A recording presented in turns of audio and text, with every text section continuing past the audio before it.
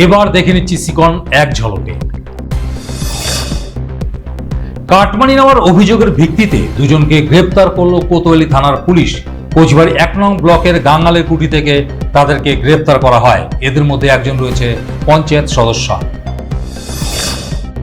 2021 সনে ভোট পরবর্তী হিংসার সাথে জড়িত থাকার অভিযোগে নাজিরহাট গ্রাম পঞ্চায়েত সদস্য তাসকির চৌধুরীকে গ্রেপ্তার করল সাহেবগঞ্জ থানার পুলিশ।